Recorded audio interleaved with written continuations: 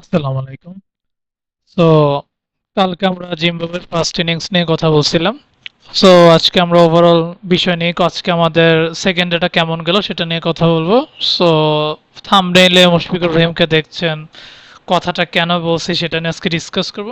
So at first of all দিনের শুরুতেই বাংলাদেশ প্রথম বলেই মুজারাবানিকে তাইজুল ইসলাম ফিরাইছে, যদিও প্রথমে আম্পায়ার আউট দেয় নাই। রিভিউ নেওয়ার পরে মুজারাবানি গট বিহাইন্ড হয়ে গেছে। সো এরা যে কোনো রান, জিম্বাবুয়ে কোনো রান না করে আজকে লাস্ট উইকেটটা হারাইছে। সো আমাদের সেরা বলার তাইজুল ইসলাম যে 60 রানে 6 উইকেট নিছিল।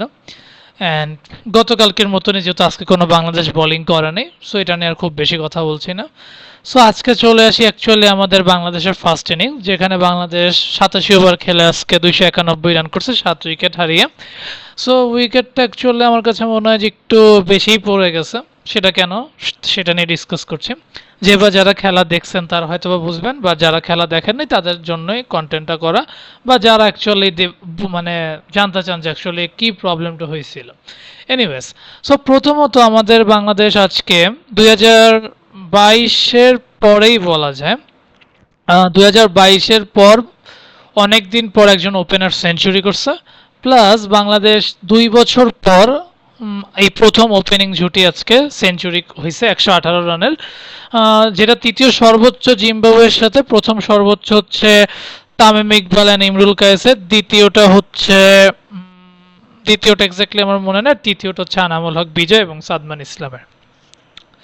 সো এটা নিয়ে বেশি কিছু না বলে কে কিরকম খেললো সেটা বলি, হয়তো বা স্ক্রিনে শো করছে, আমি একটু বলি। সাদমান ইসলাম আজকে ওই উইকেট যাওয়ার আগ পর্যন্ত সাদমান ইসলাম আজকে খুব সুন্দর একটা ইনিংস খেলছে। আপনারা যে বা যারা খেলা দেখছেন, সাদমান ইসলামের আজকে সে কখন মানে ওরকম ডিফেন্সিভ রোল প্লে খুব একটা করে নাই। সাদমান ইসলাম শুরু থেকেই মানে বাজে বলগুলোকে পানিশ করছে অ্যান্ড স্ট্রাইক রোটেট করার চেষ্টা করছে। সো 120 রান, যেটা সাদমান ইসলামের সেকেন্ড সেঞ্চুরি। ইভেন আজকে সাদমান ইসলাম 1000 রান পূর্ণ করছে। দ্যাটস ওয়াই সাদমান ইসলামকে কনগ্রাচুলেশনস। অ্যান্ড বাংলাদেশের এটা বাংলাদেশের হয়ে মানে 2025 সাল বলা, হ্যাঁ 2025 সালে ফার্স্ট সেঞ্চুরিয়ান সাদমান ইসলাম। সাদমান ইসলামের এটা অ্যাকচুয়ালি 3 বছর পর সে পেয়েছে। এটা তার সেকেন্ড সেঞ্চুরি, প্রথমটা জিম্বাবুয়ের সাথে পেয়েছিল, সেকেন্ডটাও জিম্বাবুয়ের সাথে। কিন্তু সাদমান ইসলাম যে আমি হয়তো এটা নিয়ে কন্টেন্ট করছিলাম, অনেকে সাদমান ইসলামকে বলছিল যে সাদমান ইসলামকে ড্রপ দেন। কিন্তু ভাই আমি যদি একটা কথা বলি, সাদমান ইসলাম লাস্ট ইয়ারে, এটা আপনাদের মাথায় থাকতে হবে যে সে সাউথ আফ্রিকা সিরিজ বাদে প্রত্যেকটা সিরিজেই সে একটা করে 50 পাইছে। ঠিক আছে, পাকিস্তানের সাথে তার 93 একটা ইনিংস ছিল, ইন্ডিয়ার সাথে 50 ইনিংস ছিল, ওয়েস্ট ইন্ডিজের 64-এর মতন একটা ইনিংস ছিল, আর আজকে সে সেঞ্চুরি করছে। সো রাইট নাও যদি আপনার টেস্ট ওপেনার বাংলাদেশে বলেন যে সাদমান ইসলামকে আপনার এখন রেখে দেওয়া উচিত, যদি সে আপকামিং এই 6টা আপকামিং টেস্ট সিরিজগুলোতে খারাপ করে, তখন তাকে নিয়ে ভাবা যাবে। এনিওয়েজ, আনামূলক বিজয় 80 বলে 39 রান করছে। অনেকদিন পর টেস্ট খেলতে নামছে। প্রথম দিকে একটু শেকিনেস ছিল, হয়তো অনেকগুলো চান্স সে মানে প্রথম দিকে আউট হয়ে যেতে পারতো, কিন্তু 3 বছরই পরে এসে এই রান করছে, এটা অবভিয়াসলি আমি বলবো যে এটা একটা তাকে প্রাধান্য দিতেই হয়। আমি আশা করবো আনামূলক বিজয় যদি নেক্সট সেশনে 0 রানও করে, মানে নেক্সট ইনিংসে যদি সে 0 রানও করে, আমি আশা করবো যে আনামূলক বিজয়কে টেস্ট টিম থেকে বাদ দেওয়া উচিত হবে না। আমি মনে করি যে আমি অনেক আগে একটা কন্টেন্ট করছিলাম যেখানে আমি বলছিলাম যে টেস্ট টিমে কাদেরকে ওপেনার হিসেবে রাখা হচ্ছে, যেখানে আমি আনামুল হক বিজয়কে কিন্তু থার্ড ওপেনার হিসেবে রাখছিলাম। সো আমি আনামুল হক বিজয়কে 2027-এ যত টেস্ট আছে আমি আনামুল হক বিজয়কে সেই অবধি দেখতে চাই, তাতে সে যাই ইনিংসে খেলুক না কেন। মমিনুল হক 64 বলে 33 করছে, সুন্দর ইনিংস। তো মমিনুল হক একজন অভিজ্ঞ ব্যাটসম্যান হিসাবে আমি বলবো যে ওই মোমেন্টে যে তার অ্যাকচুয়ালি স্লোক সুইপ করে 6 মারার কোনো দরকার ছিল না। আমি বিশেষ করে এটা গত ম্যাচেও আমি বলছিলাম যে মমিনুল হক 56 রান করে সে ওয়েলিংটন মাসাকার জায়গায় শট খেললো, যে আউট হয়েছে। আমি মনে করি যে ব্যাটসম্যান সেট হয়ে যাওয়ার পর সাদমান ইসলামের মতন ইনিংস খেলা উচিত। কিন্তু আমি দেখলাম মমিনুল হক ম্যাক্সিমাম ক্ষেত্রেই ইনিংসটা ক্যারি করার পর সে আর খেলতে পারে না। আমার কাছে মনে হয় এটা টেস্ট খেলা একটা ক্রাইম বলা যায়। এনিওয়েজ, মমিনুল হকের কাছে আমরা অনেক আশা করি, যেহেতু এটা চট্টগ্রামে খেলা। মমিনুল হকের অ্যাভারেজ এখানে প্রায় 60-এর কাছাকাছি, যেখানে তার 60টার মতন সেঞ্চুরি বা আরেকটু বেশিও থাকতে পারে, বা 60টা সেঞ্চুরি আছে। কিন্তু আশা করবো যে মোমিনুল হক নেক্সট টাইম থেকে এই ভুলগুলো যাতে কম করে সেই আশাই করব। নাজমুল হোসেন শান্ত আমার ক্যাপ্টেন, যে 54 বলে 23 রান করছে। নাজমুল হোসেন শান্তর আউটটা একটু আনলাকি বলা যায়, হয়তো একটু এজ হয়ে ক্যাচ হয়ে গেছে। তো নাজমুল হোসেন শান্তকে নিয়ে আমি খুব বেশি অরিড না, কারণ সে তার ইনিংস খেলছে, কিন্তু আরো বড় করা উচিত ছিল একটা ক্যাপ্টেনের রোল বলে কথা। এনিওয়েজ যা খেলছে খেলছে। না আমরা মুশফিকুর রহিমের কথা পরেই বলি, যত কন্টেন্টটা ওনাকে নিয়ে মেনলি করা। জাকির আলী 13 বলে 5, মানে জাস্ট ব্যাটের এজে লেগে বলারকে উইকেট দিছে। নাইম হাসানের উইকেটটা ছিল স্লিপে দেওয়া। এনিওয়েজ মেহেদী হাসান মিরাজ আর তাইজুল ইসলাম যেহেতু রেড করা আছে, এটা এখনো নট আউট আছে। কালকে আশা করব যে এখন বর্তমানে লিড আছে প্রায় 70-এর কাছাকাছি, 70-এর একটু কম, 60-এর মতন। যদি আমি আর একটু এক্স্যাক্টলি আপনাদেরকে বলি, সো বাংলাদেশ এই মুহূর্তে আপনার 64 রানে এগিয়ে আছে।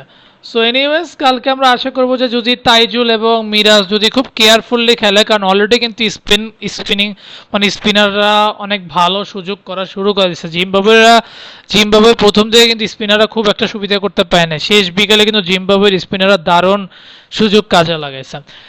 সো আমি মনে করি যে তাইজুল আর মিরাজের একটু দায়িত্ব নিয়ে খেলতে হবে, বিশেষ করে মিরাজ, এই আশাই করি। রাইট নাও আসি মুশফিকুর রহিমের কথায়। সো মুশফিকুর রহিম লাস্ট পাকিস্তানের সাথে পাকিস্তান সিরিজের পরে মুশফিকুর রহিম সেই রকম ফর্মে নাই। আমরা যদি তাকে সাউথ আফ্রিকা সিরিজে দেখি, ইন্ডিয়া সিরিজে দেখি, কোনো সিরিজে Mushfiqur Rahim up to the mark সে ক্যারি করতে পারতেছে না। সো হতে পারে একটা ব্যাটসম্যানের এরকম অফ ফর্ম যেতে পারে, সমস্যা নেই। সে টেস্ট ওডিআইতেও ভালো খেলতে ছিল না, যাই হোক সে রিটায়ার্ড করছে, এটা নিয়েও প্রবলেম নাই। প্রথম টেস্টে সেও অতটা ভালো করে নাই, মানলাম। কিন্তু আজকে তার শুরুটা যেরকম হয়েছিল, 6 দিয়ে শুরু, এরপর সুন্দর সুন্দর 4 মারছিল, মানে দারুণ একটা ইনিংস সে ক্যারি করছিল। কিন্তু আমি যখন দেখলাম সে 45 বলে 40 করছে, এরপর সে প্রায় 14টার মতো ডট খেলছে, আমি বুঝতে পারলাম না ওই মুহূর্তে মুশফিকুর রহিমের এরকম একটা রান নেওয়ার কি দরকার ছিল, যে এই মুহূর্তে মিরাজ আর মুশফিকুর রহিম আছে। সো আমি মনে করছিলাম যে মুশফিকুর রহিম তো একজন দায়িত্ব নিয়ে খেলে, সে প্রায় 20 বছরের মতন আমাদের টেস্ট টিমকে সার্ভিস দিচ্ছে, বা পুরো ইন্টারন্যাশনাল ইমাজিন করলেও সে 20 বছরের কাছাকাছি সার্ভিস দিছে। আমি মুশফিকুর রহিমের কাছে অবভিয়াসলি এই আশাটা করি নাই। যদি হয়তো যেটা এক্সিডেন্টলি রান আউট হইতো তাও মানতে পারতাম, কিন্তু এই মোমেন্টে একটা উইকেট কিপ মানে এত ফিল্ডার সেট করা, এই মোমেন্টে রান নেওয়াটা অ্যাকচুয়ালি মুশফিকুর রহিমের কতটা যুক্তিকর ছিল আমি জানি না। দেখবেন মুশফিকুর রহিম আউট হওয়ার পরে কিন্তু আপনার নাইম হাসান আউট হয়ে গেছে, কারণ আমরা টেইলেন্ডারদের কাছ থেকে তো খুব বেশি আশা করতে পারি না, এটা কোনো টিমই আশা করে না। কিন্তু মুশফিকুর রহিমের এই আউটটা আমাকে ব্যথিত করছে, কারণ সে এতদিন পর একটা ইনিংস খেললো, যে ইনিংস আমরা মুশফিকের একটা হার্ডওয়ার্কের যে একটা মানে হার্ডওয়ার্ক যে সে করে সেইভাবে তাকে আজকে খেলতে দেখছিলাম। কিন্তু তার এই রান আউটের পরে অ্যাকচুয়ালি অনেকটাই মন ভেঙে গেছে, কিছু করার নাই, এটা পার্ট অফ গেম। কিন্তু আমি আজকে মুশফিকুর রহিমকে নিয়ে হতাশ। আমি আজকে হয়তো একটু খুশি থাকতাম, আমি হয়তো আজকে সাদমান ইসলামকে নিয়েই কন্টেন্ট করতাম, কিন্তু আমার মুশফিকুর রহিমকে নিয়ে কথা বলা লাগলো, কারণ আমার মনে হয় যে শান্ত পর্যন্ত আমি আজকে দুইজনের উইকেটে খুব কষ্ট পেয়েছি। প্রথমত হচ্ছে আপনার মমিনুল হক অ্যান্ড মুশফিকুর রহিম, দেখেন দুইজনই কিন্তু অভিজ্ঞ ব্যাটসম্যান, দুইজনই কিন্তু একজন সেঞ্চুরিতে ফার্স্ট আর একজন সেকেন্ড। এরা এত বছর ধরে টেস্ট খেলে যদি এরকম ভাবে আউট হয়, এটা আসলে মানার মতন না। আমি টেস্ট খেলা বলতে যা বুঝি যে আমাদের তো বাসবল ক্রিকেট খেলার দরকার নেই, 6-4-6 মারতে হবে এমন তো না।